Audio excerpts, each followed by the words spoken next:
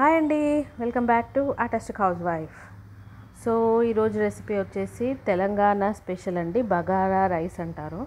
So ఇప్పుడు బగారా రైస్ని office వెళ్ళే వాళ్ళకి ఈజీగా ఎలా చేసుకోవచ్చు, తొందరగా అయిపోయేలాగా రైస్ కుక్కర్లో ఎలా చేసుకోవచ్చు అన్నది నేను మీకు ఈరోజు చూపిస్తున్నాను.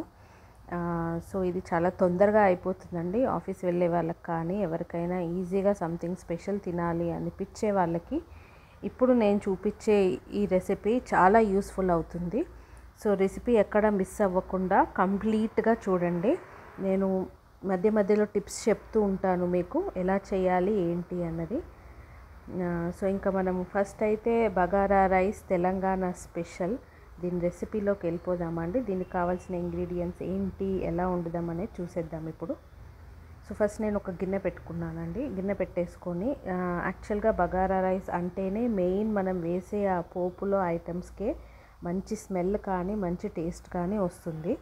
సో ఫస్ట్ నేను ఆయిల్ వేసుకుంటున్నానండి, ఒక 2 స్పూన్స్. సో మీరు తీసుకునే రైస్ క్వాంటిటీని బట్టి మీరు ఇంగ్రీడియంట్స్ పెంచుకోవచ్చు.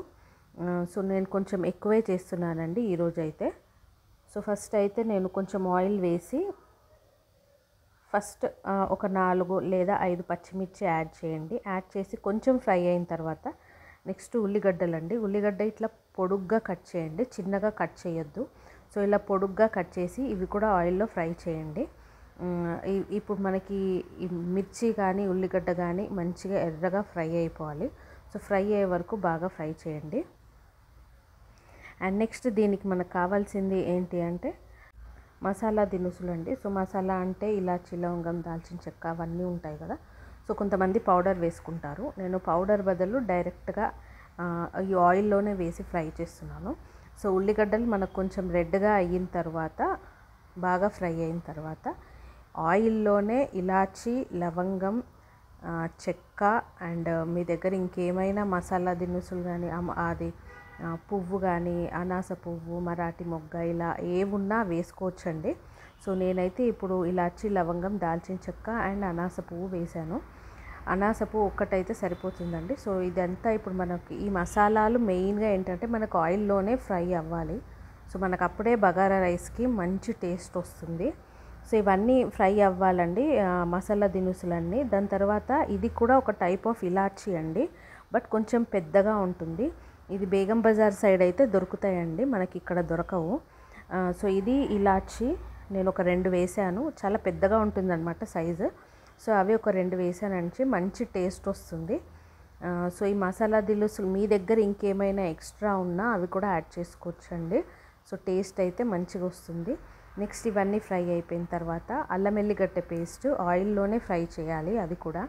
అండ్ అల్లం ఎల్లిగడ్డ పేస్ట్ అండి కొంచెం ఎక్కువే పడుతుంది. అండ్ కొంచెం ఉప్పు. సో ఇవన్నీ ఇప్పుడు మనకి ఇవన్నీ ఏంటి అంటే ఆయిల్లోనే ఫ్రై అవ్వాలి. అల్లం ఎల్లిగడ్డ కూడా వేసిన తర్వాత వెంటనే ఒకసారి కలిపేసి ఎసరు పెట్టేస్తారండి. ఎసరు అంటే వాటర్ వేస్తారు, బట్ అలా కాదు. మనకి అల్లం ఎల్లిగడ్డ అనేది మనకు ఆయిల్లో ఫ్రై అవ్వాలి బాగా. నేను చాలా రెసిపీస్లో మీకు చెప్తూనే ఉంటాను, అల్లం ఎల్లిగడ్డ ఆయిల్లో ఫ్రై అవ్వకపోతే కనుక దాని స్మెల్ మనకి అన్నంలో కానీ కర్రీలో కానీ మనకి బాగా తెలుస్తుంది. సో అలా తెలియకుండా ఉండడం కోసం ఏంటంటే మనం అల్లం ఎల్లిగడ్డని బాగా ఫ్రై చేయాలి ఫస్ట్ ఆయిల్లో. దాని తర్వాత అల్లం ఎల్లిగడ్డ ఫ్రై అయిన తర్వాతనే నేను కొంచెం ధనియాల పొడి అండ్ కొంచెం గరం మసాలా పొడి, గరం మసాలా ఆల్రెడీ కొన్ని యాడ్ చేసాం కదా, బట్ అయినా కానీ కొంచెం గరం మసాలా పౌడర్ యాడ్ చేస్తున్నాను, ఒక 1/2 స్పూన్ అలా. ధనియాల పొడి ఒక 2 స్పూన్స్ అండి యాడ్ చేసి ఇప్పుడు అదంతా బాగా ఫ్రై అవ్వాలి ఆయిల్లో. చూసారు కదా మనకు అడుగంటుకుంటుంది అల్లం ఎల్లిగడ్డ కానీ మసాలాలు కానీ, బట్ పర్వాలేదండి, సిమ్లో పెట్టి మనకు అలా అంటుకుంటేనే మనకు మంచిగా ఫ్రై అయ్యింది అని అర్థము. సో ఇప్పుడు ఇవన్నీ బాగా ఫ్రై అయిన తర్వాత మీ రైస్ క్వాంటిటీకి తగ్గట్టుగా మీరు ఎసరు పెట్టుకోండి. అంటే ఇప్పుడు మామూలుగా బాస్మతి రైస్కి అయితే 1 గ్లాస్ రైస్కి 1.5 గ్లాస్ వాటర్ యాడ్ చేయాలి. బట్ నేను బాస్మతి యూజ్ చేయట్లేదండి ఈరోజు, నార్మల్ బియ్యమే యూజ్ చేస్తున్నాను. సో 1 గ్లాస్కి 2 గ్లాసెస్ ఆఫ్ వాటర్, 1 గ్లాస్ రైస్కి 2 గ్లాసెస్ ఆఫ్ వాటర్ నార్మల్ రైస్కి. బాస్మతి అయితే 1 గ్లాస్ ఆఫ్ రైస్కి 1.5 గ్లాస్ ఆఫ్ వాటర్. సో ఈ లెక్క ప్రకారం మీరు ఎసరు పెట్టుకోండి. మనకి ఎసరు ఇలా బాగా బాయిల్ అవ్వాలి. ఉప్పు కూడా ఆల్రెడీ యాడ్ చేసాం కాబట్టి ఒకసారి ఉప్పు టేస్ట్ చూసుకోండి సరిపోయిందా లేదా అని, లేకపోతే ఇప్పుడే యాడ్ చేసేయండి. తర్వాత ఇప్పుడు మనకి బాగా మసిలింది వాటర్ కాబట్టి ఇప్పుడు నేను బియ్యం ఆల్రెడీ కడిగి పెట్టుకున్నాను, అవి ఇందులో వేసి కలిపేయాలండి. సో మీ క్వాంటిటీకి తగ్గట్టుగా మీరు ఎంత రైస్ పెట్టుకుంటున్నారో అంత ఈక్వల్ మెజర్మెంట్లో వాటర్ యాడ్ చేసుకొని, వాటర్ బాయిల్ అయిన తర్వాతనే బియ్యం వేసేయండి. సో నేను ఆల్రెడీ కడిగి పెట్టుకున్నాను కాబట్టి బియ్యం నాకు వెంటనే యాడ్ చేసేసాను. ఇప్పుడు మనకి ఇలా ఉడుకుతుంది కదండి వాటర్. సో ఈ వాటర్ మనకి ఎసరు ఉడికిన తర్వాతనే నెక్స్ట్ నేను చెప్పే రైస్ కుక్కర్ ప్రాసెస్ వచ్చేస్తుంది. సో ఇప్పుడు నేను ఇదంతా ఇలా మనకు ఒక్కసారి బాయిల్ అయ్యి మనకి బాయిలింగ్ది బుడగలు వస్తున్నప్పుడే ఇంకా మనం స్టవ్ ఆఫ్ చేసేసి ఇప్పుడు మనకి అదంతా ఇందులో రైస్ కుక్కర్ గిన్నె ఉంటుంది కదండి, ఇందులో యాడ్ చేసేయండి. అన్నము, వాటరు, ఎసరు అన్నీ ఇందులోకి ట్రాన్స్ఫర్ చేసేయండి. సో ఇదంతా ఇందులో ట్రాన్స్ఫర్ చేసేసిన తర్వాత ఒకసారి కలిపేసుకోండి ఇదంతా. సో ఇదంతా ఇప్పుడు ఒకసారి కలిపేసుకున్న తర్వాత నెక్స్ట్ రైస్ కుక్కర్లో మీరు యూజువల్గా ఎలా ఆన్ చేస్తారో అలాగే పెట్టి ఆన్ చేసేయండి. ఇప్పుడు నేను ఇది రైస్ కుక్కర్లో పెట్టేసి ఆన్ చేస్తున్నాను. ఇదండి ఇప్పుడు ఇలా ఆన్ చేసేసిన తర్వాత మనకి ఈ అన్నం రెడీ అయిపోతుంది. ఇంకా మనం ఏం చేయక్కర్లేదండి, కలపడం కానీ అది ఏం అవసరం లేదు. యూజువల్గా ఎలా అన్నం వండుతామో అలాగే రెడీ అయిపోతుంది అనమాట. చూసారు కదా, ఇప్పుడు నేను మీకు చూపిస్తున్నాను.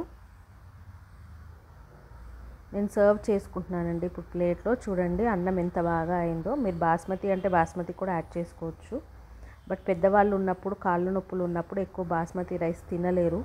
సో అందుకోసమనే నేను నార్మల్ రైస్ యూస్ చేస్తానండి. And bagara rice with chicken curry తెలంగాణలో చాలా ఫేమస్ అండ్ అద్దరిపోతుందండి. సైడ్కి మీరు ఆనియన్స్ అండ్ లెమన్తో తింటే ఉంటుంది సూపర్ అంటే సూపర్ అండి అసలు. సో మీరు అందరు కూడా తప్పకుండా చేసుకోండి. లైక్ చేయండి, షేర్ చేయండి, సబ్స్క్రైబ్ చేయండి. Bye guys.